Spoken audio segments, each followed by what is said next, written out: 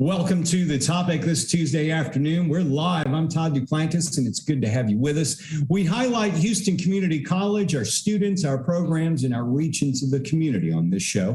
HCC has always been looking for new ways to serve our students, businesses, and the communities. Today on The Topic, we're going to be celebrating some new facilities and some new programs. Joining us first is Andrea Bonner, Chair of Consumer Arts and Sciences, Center of Excellence. Andrea, thanks for being here on the show. Thanks for having me. I know you guys just had a big ribbon cutting ceremony. You know, the new building out there at Central College is phenomenal for the culinary arts. It's kind of a shame, though, because it actually opened right around the pandemic. And I know you've been getting back in the building. The students are back there now, but you had to wait for the actual ribbon cutting ceremony, which you just did a few weeks ago. Yeah, we did it on May the 19th. And as you said, we moved into the building in January of 2020. And as the world knows, a couple of months after that, COVID happened. So we were out of the building for a few months. We didn't get to we saw the greatness, but we didn't get to share that with the campus and with the rest of HCC and the community. So we were able to do that soon. And it was nothing short of a great event. Now, it's a pretty phenomenal building. You've got it's really cool. I mean, one thing that I like about it is you actually have a live streaming studio set up in the building. I believe it's on the second floor, and it's set up in a kitchen area to where you can use it for teaching, but also for live streaming events as well. Absolutely. We do teaching, and that helped us quite a bit during COVID, obviously, we would have some chefs that would go in and do some lectures and things like that. But we've also been on, HCC TV and some other shows and done some community type teaching events. So it's a really great high-tech facility. And you mentioned that some of the chefs and the instructors were able to get in during the pandemic. In fact, they were very active inside the building to try to keep that instructional learning going virtually, at least.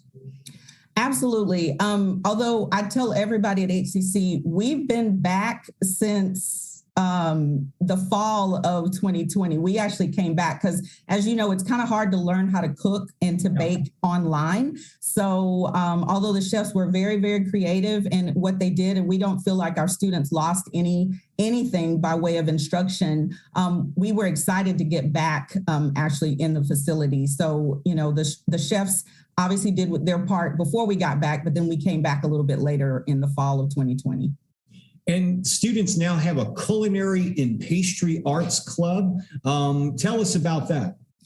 Yeah, the students they've been asking about this for some time. So, since we were somewhat back full stream this past semester, we got that started. Chef Katy Rangel, who's our program coordinator for pastry arts, is kind of our faculty leader in that. And it just allows the students just more of a community where they can get together, and students that may not have classes together, they can bounce ideas off of each other. They can also get involved. We recently had an Earth Day event. We actually have a garden right outside of the culinary building. So we all got out there, myself included, and put my overalls on, and we cleaned out the garden. So we allow students to get together and also work with, in the community, go to community events, and just have more a sense of community amongst themselves between the culinary and the pastry students.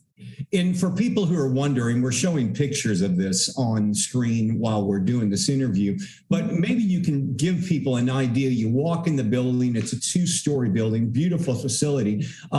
Tell us, how many kitchens does it have? Does it have learning spaces inside of it? What can you tell us about the building itself? Where all the features?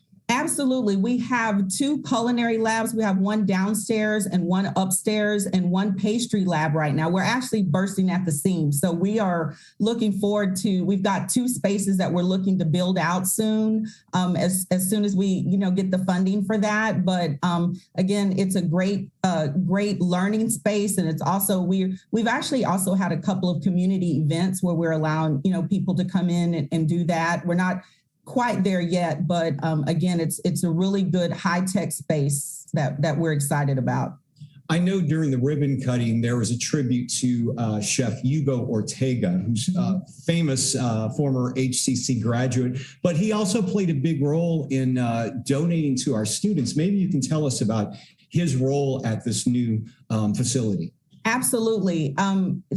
Chef Hugo and his wife, Tracy, actually gave a sizable donation to the culinary department, and we were able to name the lobby the Chef Hugo Ortega Lobby, which we were thrilled about. And his wife and his whole family, they were all at that ribbon cutting that I think you attended as well. But we're proud that he is, obviously, everybody that's in Houston knows Chef Hugo Ortega, and they've gone to his restaurants, but we're proud to call him an alumnus of our program, as well as all the other great students who have come through the program as well. Yeah, I mean, he's certainly one that he'll be the first to tell you that he's a proud HCC graduate, because we gave him a start, and his brother as well, who's also a famous chef on his own. For students who are looking to get into this, I imagine there are different types of programs, there are different types of degree plans and certificates in this program. Maybe you can break those down, because I imagine you can take as little or as much classes that you want to fulfill your needs. Absolutely. We have, obviously, we have a culinary program and a pastry arts program. Both of them have an associate's degree in those programs, as well as 2 certificates that you can get in either program. You can, take about a year to get a certificate, or if you want to get your associate's degree, which we always encourage students, if they get their certificate, to continue on and get their associates. But in both of the programs, you can either get an associate's as well as 2 certificates, a level 1 and a level 2 certificate in both programs. With your program, have you seen a rise in students because Houston's become such a foodie city? Absolutely. Houston is a foodie city. It's also a hospitality city. And, hospitality is part of our COE as well. Yeah. And the students take classes in, both programs. But we have seen an influx in students. Right now, I probably have about 4 emails that I need to return to students who are interested in entering the program, which is exciting for us. Again, we're bursting at the seams, and we're looking forward to building out those other 2 labs so that we can accommodate all of those new students. When do you think those new labs will be built out? I don't know. I mean, this is my plug to any trustees or anybody else that's watching. As soon as we get that funding, then we need the funding. It's all about the funding. It's all about the funding. So whenever we can get that funding, we'll be excited to build those labs out. But we're doing the best with what we have right now. We're being very creative, adding classes as we see fit to kind of fill that need. Do you see your students wanting to eventually, most of your students want to go work for someone, or do they have ambitions of maybe opening their own restaurant? A little of both. I mean, Houston's very creative in their food, how the food service industry works, in that, you see a lot of food trucks and things like that. So you see that, but we really encourage students. Obviously, they all take capstone classes in these programs to kind of learn with someone first. And obviously, Houston has a lot of opportunities for them to go learn in a lot of different restaurants. We actually have some of our students who work for Chef Ortega, as we mentioned earlier. But, we encourage them to learn first, and then, the sky's the limit. They can certainly do their own thing here in Houston. Andrea Bonner, we appreciate you joining us this afternoon, telling us a bit about a great facility at the Central College. Thanks for being here. Thank you for having me. When we return, we're going to hear about the new Katy campus and the programs they offer out there. It's a great facility. Stay tuned. The topic's back in 60 seconds.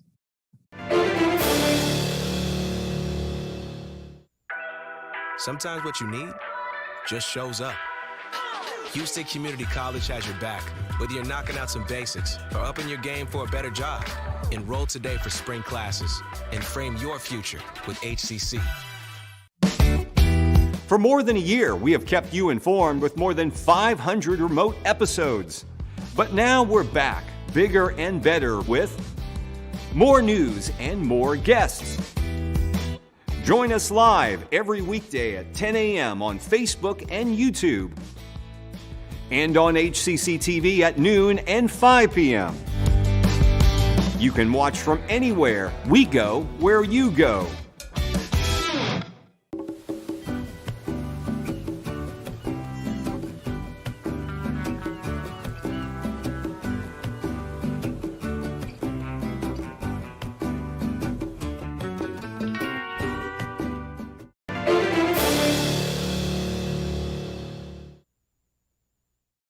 Welcome back to The Topic. We're live this Tuesday afternoon. I'm Todd Duplantis. Of course, you're watching us on Facebook Live and YouTube. You can also subscribe to our YouTube channel and get notifications when we post new shows like this. You can find us across social media and YouTube as Houston Community College District. Also, HCC TV, that's our home channel, and you can catch us there. The rebroadcast of this show and all of our others on HCC TV. This afternoon, we're talking about new facilities and programs here at HCC. We're joined now by Dr. Kathleen Anzivino, College Operations Officer for HCC's Northwest College.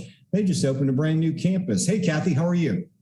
Great, Todd. How are you doing today? Doing very well. I know we were talking about the ribbon cutting ceremony that happened at the Central College for their new facility. You have a brand new campus, the Katy campus, and y'all just recently had your own ribbon cutting ceremony. We did. June 6th, we cut that ribbon, had over 200 people in attendance.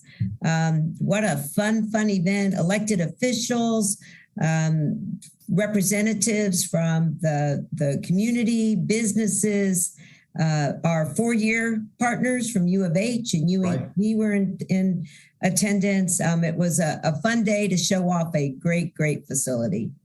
You know, this morning on Up to the Minute, if you didn't get a chance to see it, your communications director, Dr. Alana Pagal, was my co-host this morning, and we were talking about the new Katy campus, obviously. Good plug for you guys. And she was saying that classes will be starting this summer with CE, or community engagement learning classes. Those are the ones that are happening this summer. And I guess in the fall, you've got a full schedule. Oh, well, let me clarify that a little bit. No, June 6th, we started our summer classes. So you've got them all going on now. We've got them all going on. We've got our biology classes are full. We've got chemistry. We've got a geology class. We've got lots of ESL classes.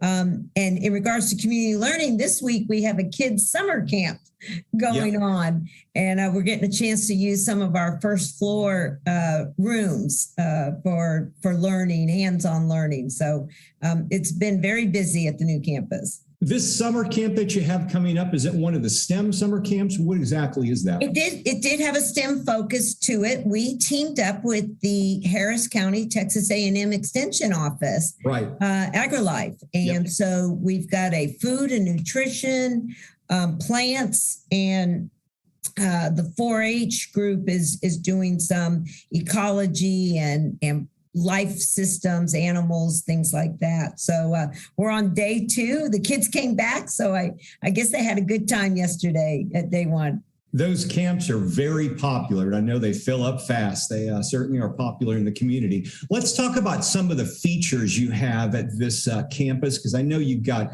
lab facilities, and you also are looking at building out a makerspace, getting that set up. Yes. So start with the makerspace there. We didn't have the square footage that we have at WHI for their makerspace, but we did carve out some space so that we could do a mini makerspace, and we're busy getting that set up. But we're looking forward to being able to do all of those creative learning opportunities here at the Katy campus, the same that we do at WHI, with 3D printers and cutting machines and tools, hand tools. Students come in, but we also have a communication, a media arts type of open lab, where students will be able to do a lot of stuff that they do on computers and have that lab space for additional learning. Now, back to the makerspace. So some people may be watching going, what exactly is a makerspace? I know when the West Houston Institute was getting built, Dr. Hodges explained it to us. Maybe you can refresh us on what exactly, for those who may not know, what exactly is the makerspace used for? Just what it's called, maker space. It's for students and the community to come in and make things. Okay. So you have an idea in your head and you want to test it out. You want to be creative. You need a little prototype, and eventually we'll have some content experts there that can take that vision you have and help you frame it and prototype it out and build things and test things It's there's a lot of entrepreneurs in the city of Houston. And if you are, say, someone who can't afford to have a 3D printer at home and you are a member of the community, are you allowed to go in and book time? How does that work? Yeah, we haven't defined our community memberships yet for the makerspace, but definitely our students and faculty and staff will have access. And we're working with the faculty because we're strong believers in what we call project-based learning. So we want our faculty to assign those projects to the students where they have an opportunity to be creative and not to be afraid. We want to take the fear factor out, okay? Come give it a try. You're right, Todd. A lot of the equipment we have, our students wouldn't be able to afford to have that at home. So come use our equipment, share your idea with some content experts. Let us help you explore that a little bit and play with it a little bit. I also want to talk briefly about the Engineering Academy because you've got a great partnership with University of Houston. Maybe you can tell us about that. Sure. So we are conveniently located right across the street from the University of Houston Katy campus.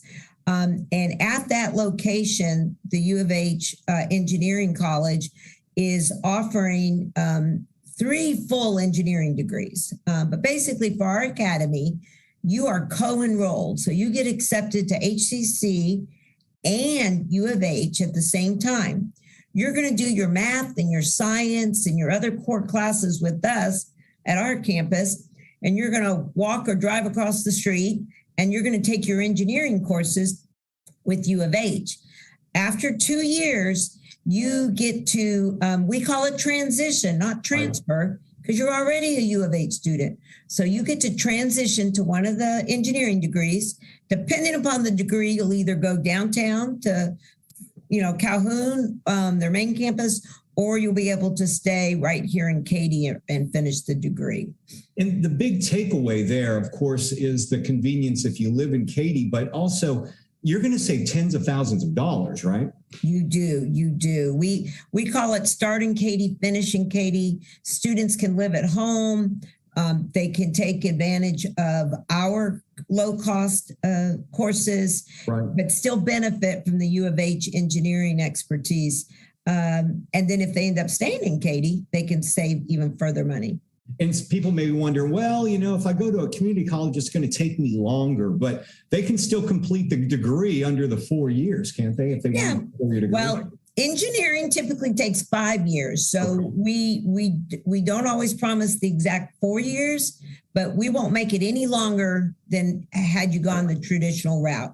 Our experience with the similar program with A&M is 4.5 years. So just because of all the math requirements. So depending upon where they enter into the system, math score-wise kind of dictates that. But we get them out. You are starting your engineering classes right away, and that does save time, Todd. We're going to put some information in our social media post and where you can go to get more information on the Katy campus and the Engineering Academy, because it's great stuff going on out there. Kathy, we appreciate you joining us. Kathleen Anzivino, Chief College Operating Officer out there at HCC's Northwest College. Thanks for being here. Thanks, Todd. All right, we're going to take a short break. When we return, we'll take a look at HCC's EMS program. Topic returns in 60 seconds.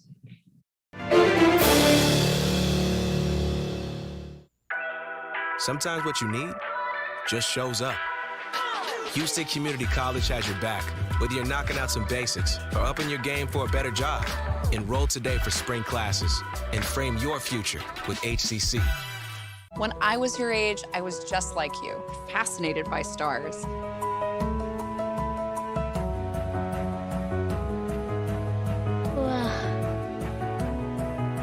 But now I get to search for life in the universe. And who knows, maybe life is looking for us too.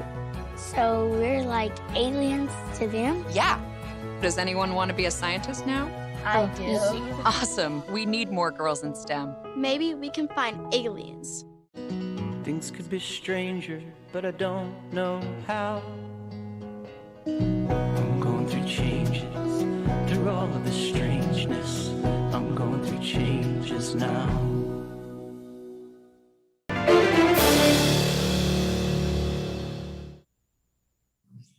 Welcome back to The Topic. We're talking new facilities and new programs here at HCC. I'm Todd Duplantis. Glad to have you with us. We're live this afternoon. Catch our rebroadcast on HCC TV, and you can find The Topic and all of our programming on our YouTube channel. Look for us as Houston Community College District across all social media, and make sure you subscribe to that YouTube channel. If you're into podcasts, you can download the audio versions of our shows and listen to them at your convenience at hccs.edu/podcast. We are talking about new and expanding programs and facilities at HCC, and right now we're joined by Vicki May, our Director of EMS Program. Thanks for being here again, Vicki. It's good to see you again. Thank you, Todd. Glad to be with you.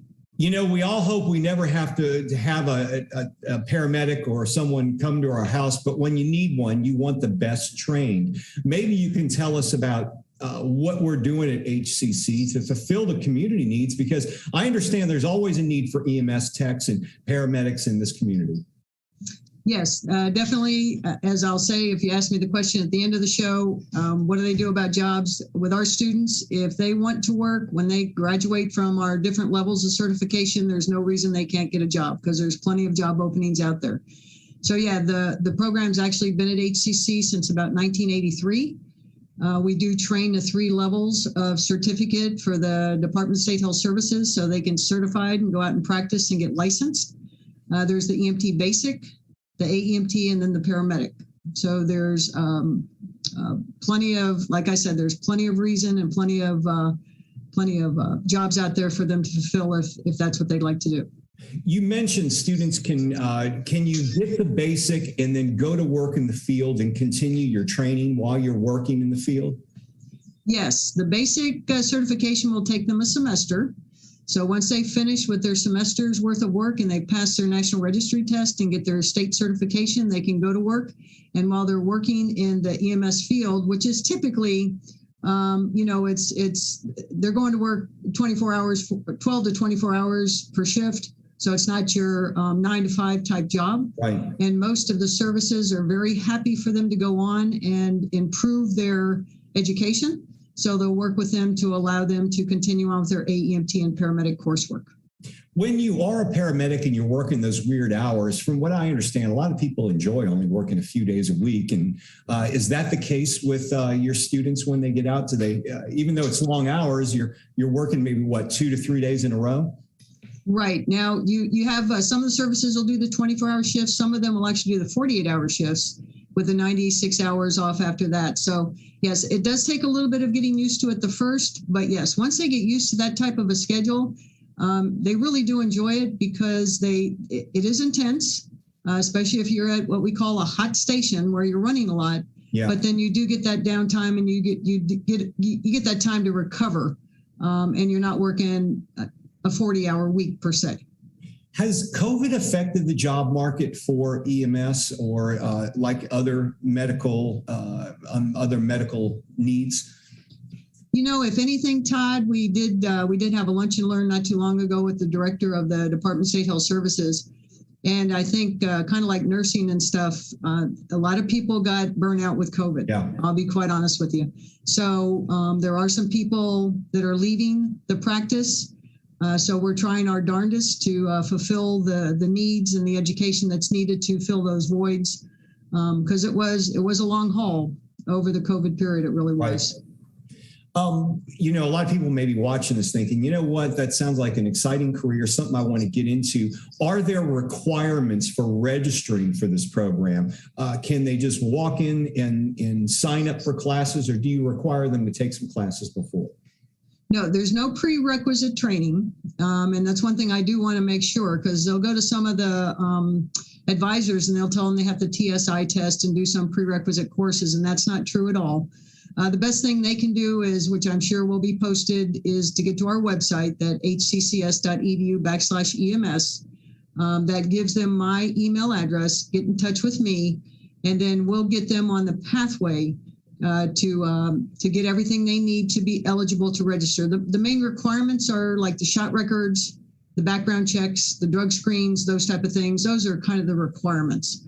So it's not academic requirements. It's just getting things that we need. So when it's time to send them off to their clinical rotations, they're ready to go with those clinical affiliates. I mean, is this a rigorous program? Is it a difficult program? And what is the certification rate? Well, it is a very rigorous program. I just want to input just one thing there, which is that it is a medical program. So you do have to build us into your life. You have to build us into your life in the form of studying so you can read and comprehend and prepare for the class. And that way you have a pretty good chance of completing the program without any problems. The certification rate, I ran the report from January 21 till current. And at all of our levels, the basic, the AEMT, and the paramedic, they're all passing that National Registry certification test at 95 or higher % rates. And so that's a wonderful thing because that allows them then to go on and get certified and practice if that's what they would like to do. And do you find that most of the students are just raring to get out there and working right away as soon as they can per the requirements that you have? We do. When typically our placement rate is usually around 90% when I go back and run the reports and get out there and ask the students what they're doing. So it seems as if we are trying to and achieving what the state would like us to do, which is to educate these kids and get them out there ready to practice. What are some of the characteristics of your students that you think are needed to be a tech in EMS? Well, again, I always tell them at the beginning of the class, on the first day of class, you have to want to learn medicine. You have to have that desire to learn medicine so that you will, then studying really doesn't become a problem. It's not really a chore because you want to get home, you want to read the book, you want to learn the information so that you can go out and practice. Because, the stuff that they're doing, even at the EMT basic level now, if they don't know what they're doing, they could cause harm to a patient. Sure. And so that's not what we want. So we are pretty rigorous.